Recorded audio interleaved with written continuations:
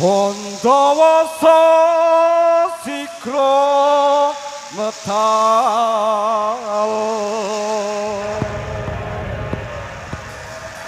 undang wadya polomangku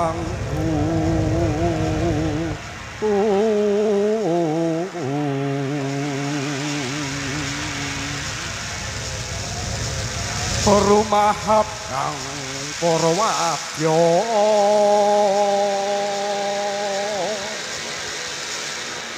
kang rantu dawuhira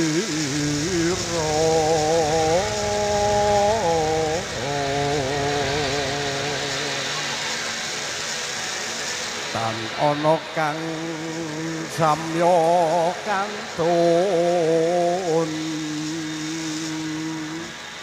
hamung nenggo bendi bidal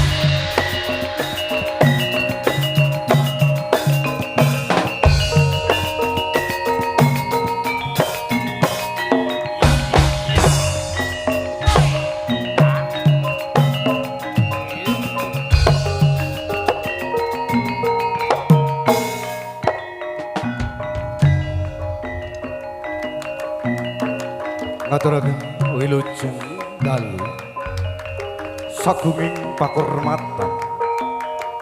Assalamualaikum warahmatullahi wabarakatuh. Om Swastiastu, Namo Buddhaya. Sih rahmat dan termerahayu awit paring dalem Gusti Kang Maha Agung. Satemaha babar daya pangaribo. Ingkang rumentah tumedhak saha tumanduk kajiwa kasalinga. Wonten jiwangga panjenengan sadaya dalasan kula Raden Sagung Luwarga. Nuwun kula nuwun panjenengan para sesepuh para pinisepuh dalah para adi sepuh. Ingkang satuhu sampun kana ing pamawas miwah lebda ing pitutur. Para priyagung pangemban pangembating praja para satriyaning nagari. Manggalaning desa mliginipun wonten ing wewengkon laladan dusun Ngadirasa Desa Wonokerso. Oleh nanggung panjenengan Bapak Pangarsa dusun, Bapak Pangarsa RW, Bapak Pangarsa RT. Minangka songsong agung dumerengan para kala dase ingkang satuhu ber budi paweksa. Ingkang menunggu sagunging pakurmatan sedaya panitia penyelenggara. Datan kesuben sedaya warga masyarakat wonten ing laladan dusun Ngadirasa ingkang satuhu bagya mulya. Para pandemen sutresna budaya, para pametri budaya ingkang satuhu lebda ing budaya. Kanthi linebaran pepayung budi rahayu miwah ngaturaken sewu agenging pangaksana. Pinarna kula sak kanca saking paguyuban Riyok Budi Utama. Ingkang mijil saking laladan dusun Gondangan Desa Ngadikerso. Sowan ngabiyantur wonten ngarsa panjenengan sadaya nuhuni dawuh timbalan saking panitia penyelenggara. Kapri atur langen suku budaya Beksan Reyok. Apabila yang kula samangke atur segodo kathah kelepatan saha kikiranipun mamantu-mantu kula sak kanca nyuwun dereng sih samudra pangaksa. Katur sagung para bapak para ibu para tamu miyarsa kakung miwah putri. Ngaturaken wilujeng dalu wilujeng hamirsani babaring beksan wonten ing rekel dalu piniji saking kula sak kanca Budi Utama kanthi lampahan Rara Jonggrang Bandung Bondowoso sigra kapiyarsa.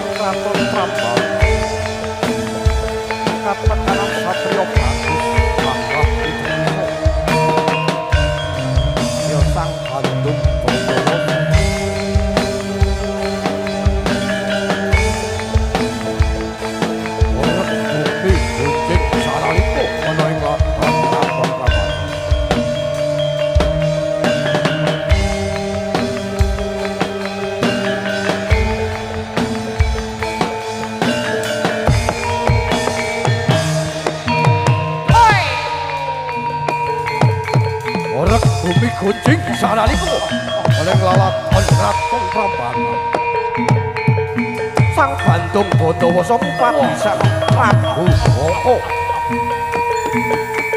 Kinarya Hatanding Yudha hakecak perang rebut wewengkon Prambanan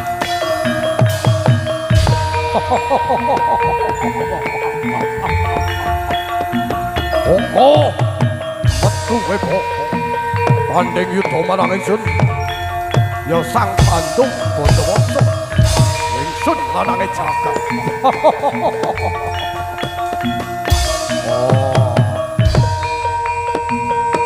kowe para prajurit undang ratu kaya tanding yudha marang tanggap ing sasmita para prajurit kaya to oleh Kraton Prambanan ketaman bebaya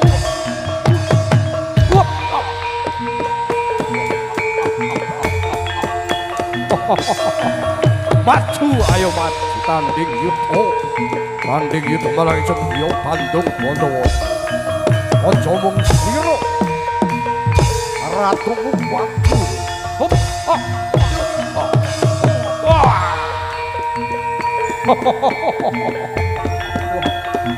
sakmono kadegayan Boko tanding ana ingsun metu kowe Boko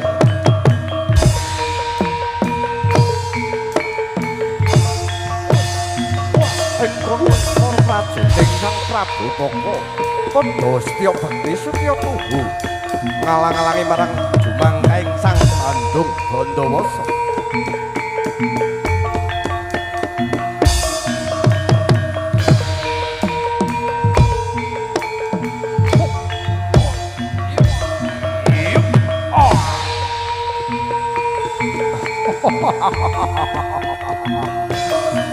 bumi horeg bumi gunjing sanalika kena daya pangaribawaning kasektene sang Bandung Bandawasa ayo maju ho yo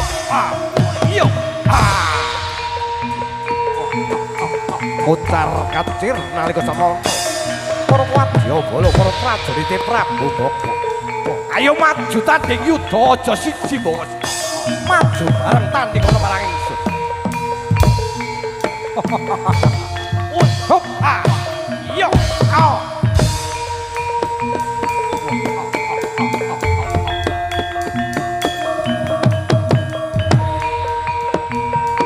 ayo nalika samono lalaton Kraton Prambanan tebet petang lalemengan bumi horeg bumi gunjing sanalika Bandung Bandawasa kabanda marang prajurit ingkang Prabu Boko pantun dasar satriya bagus gagah pideksa ya aku lanang jagat Bandung Bandawasa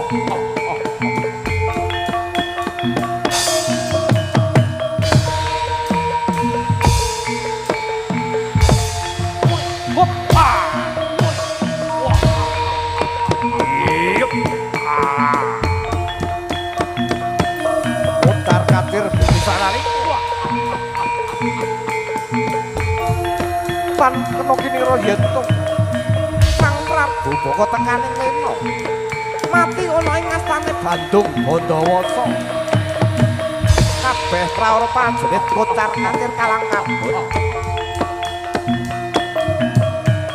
ing kono Bandung Bandawasa mlebu ana ing salah sajening kraton ana sajroning kraton salah sajening kaputren kang manjing ya sang ya ayu Rara Jonggrang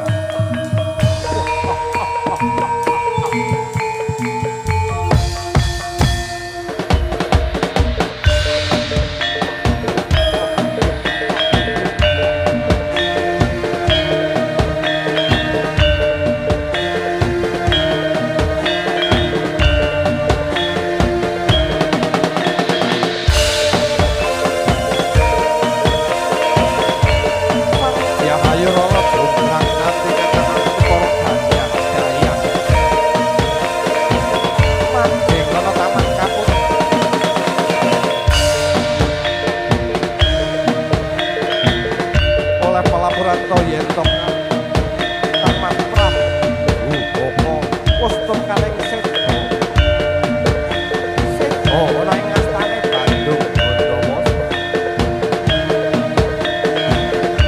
Mula ing kono Rara Jonggrang bakal dadi wanita boyo.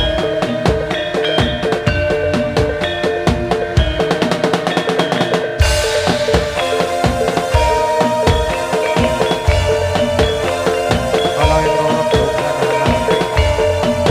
marang katresnane Bandung Bondowoso.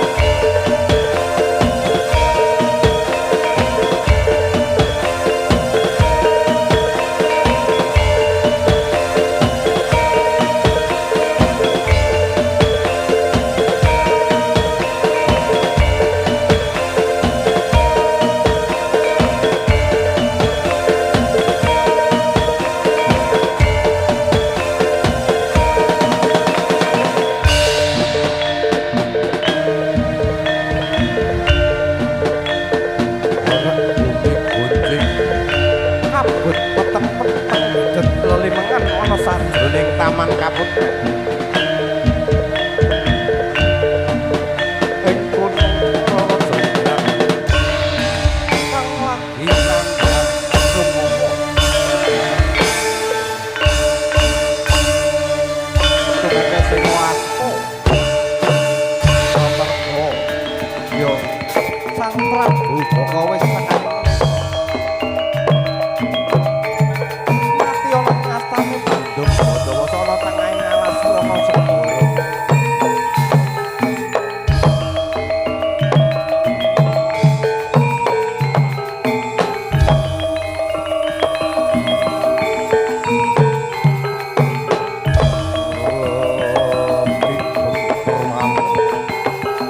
Datang ana sagowo sajroning malang salih.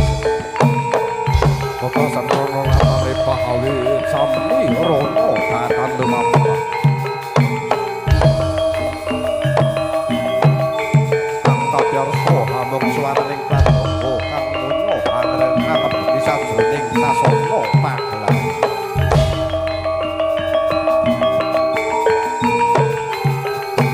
Wah yo wae Sang Hyang Rara Jonggrang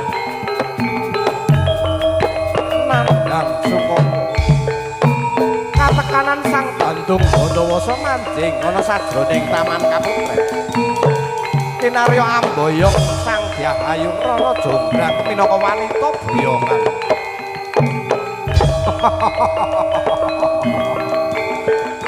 Ana wanita ayu sulistya ing warna. Jonggrang, Jonggrang. Waspadakna Jonggrang. Yen to Ratu Prabu Baka wis tekaning pati. Mati ana tanganku Jonggrang. Mula ing dina iki kowe dadi wanita boyongan Jonggrang. Manut tak boyong Jonggrang.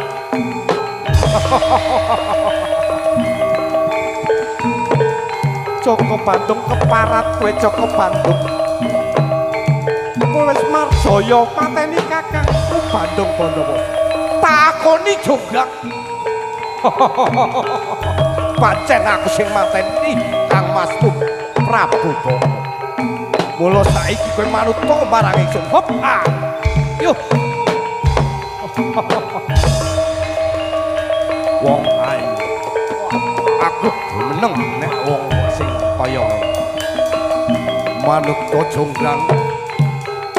Yen kowe ora manut bakal tak rudha paripaksa Jonggrang. Hup. Ing kono Rara Jonggrang mboten purun dados garwa boyonganipun Bandung Bondowoso. Rara Jonggrang sampe katresnane Bandung Bondowoso. Saya dangu Bandung Bondowoso murka. Paring rudha paripaksa marang Sang Hyang Rara Jonggrang. Manut Jonggrang. Tak kepenake uripmu manut marang dadeke garwaku Jonggrang. Ora Bandung. Aku ora bakal menet marang kowe. Waspadakna Jonggrang. Prajurit wis kabeh kalah perang. Raka Prabu wis tekaning pati ning kowe ijeh akeh. Mat, ayo manut tak boyong Jonggrang. ora Bandung. Aku gelem duwe dadi garwamu ning aku duweni bebono. Bebono apa jonggrang kang mbok jaluk? Aku duweni bebono. Yen to kowe gak iso gaweke candhi sewu ing wektu sewengi. Aku gelem dadi garwamu Bandung Bono. Kowe sumpah, kowe duwe bebono. Mung jaluk candhi sewu sewengi kudu dadi. Tak sembadani jonggrang. Apa sing ora bakal lakon marang Bandung Bondowoso? Yo iki sak lananging jam.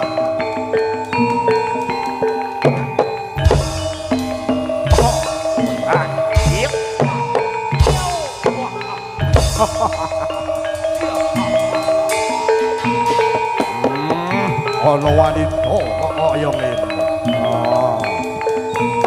Saya gedhe anggonku tresno marang kowe jonggrang. Entenono jonggrang bakal tak sebadani apa kang dadi bebananmu.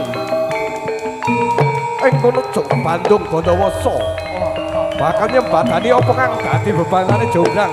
Ayo anggawe candhi sewu ing wekti sewengi kudu dadi. Wah!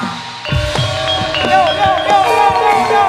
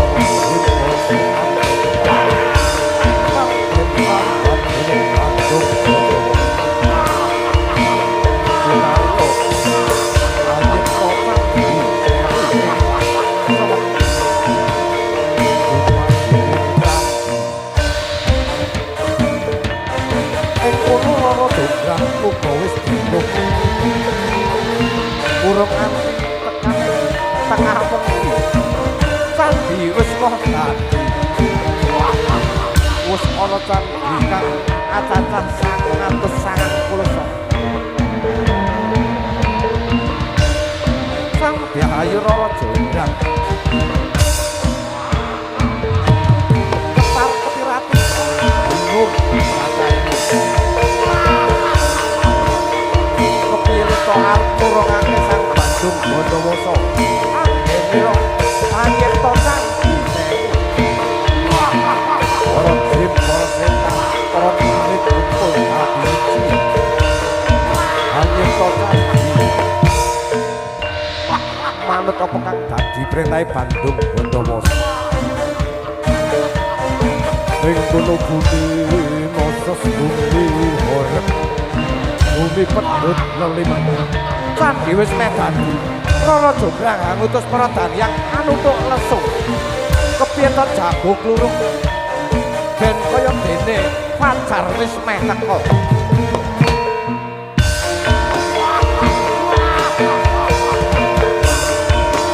candhi wis meh dadi candhi sewu kurang siji jago klurung muni pratandha kocar aten para prajurit Bandung Bondowoso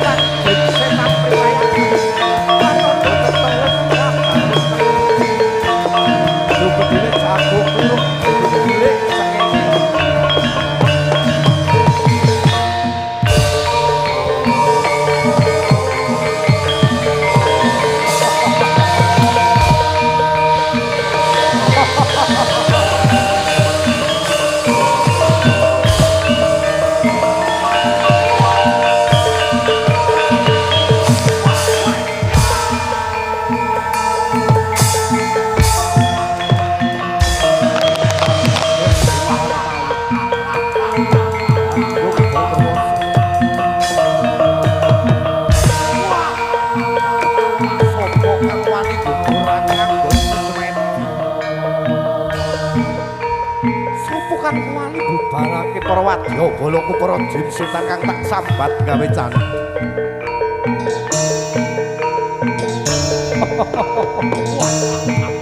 candhi wis dadi apa kang dadi bebanane Rara Jonggrang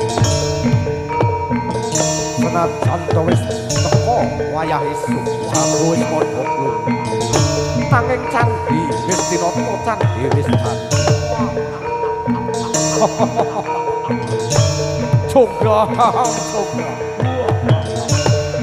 kowe wis buka anggonku semedi kowe kendurke anggonku semedi Jonggrang waspadakno Jonggrang apa kang dadi bebanamu kang awujud candhi sewu wis tak sembatan mula manut marang ingsun sira tak boyong Jonggrang Kose Bandung Bondowoso aja kirang gemuyu aja kemlakan iki wis tekan titi wancine esuk jago wis padha kluruk sengenge wis mlethek ananging aku ora percaya yen kowe wis nyipta candhi cacah 1000 kowe jeh ora percaya marang aku Jonggrang yen ngono hitungan siji bawa siji bakal tak hitung siji bawa siji Jong Bandung Bondowoso loro telu 10 20 30 40 80 90 kowe gagal Jonggrang kowe ora iso nyebadani apa kang dadi beban aku lho piye aku ora iso jebadani kang dadi bebanmu candhi wis dadi sewu Gunung Bandung Bondowoso yen candhi sing mbok gawe iki jek kurang siji kowe cacahe gek 999 keparat kowe Jonggrang kowe licik Jonggrang iki isih ana ing tengah wengi ananging kowe ngutus para danyang supaya nabuh lesuk supaya ne jago ben padha kluruk ora Bandung iki wis tekan wayahe esuk ora iso kowe licik dasar wanita keparat licik kowe Jonggrang karo bayanganmu Bandung Bondowoso mergo kowe ora iso nyebatane ing kono Bandung Bondowoso murka marang Rara Jomblang kasabda sang Yahayu Rara Jomblang dadi gelepe Candhi Sewu Jomblang yen pancen kuwi sing dadi kekarepanmu kowe kang dadi gelepe Candhi Sewu Jomblang sanalika Jomblang dadi reca oi Jomblang Jomblang Jomblang oi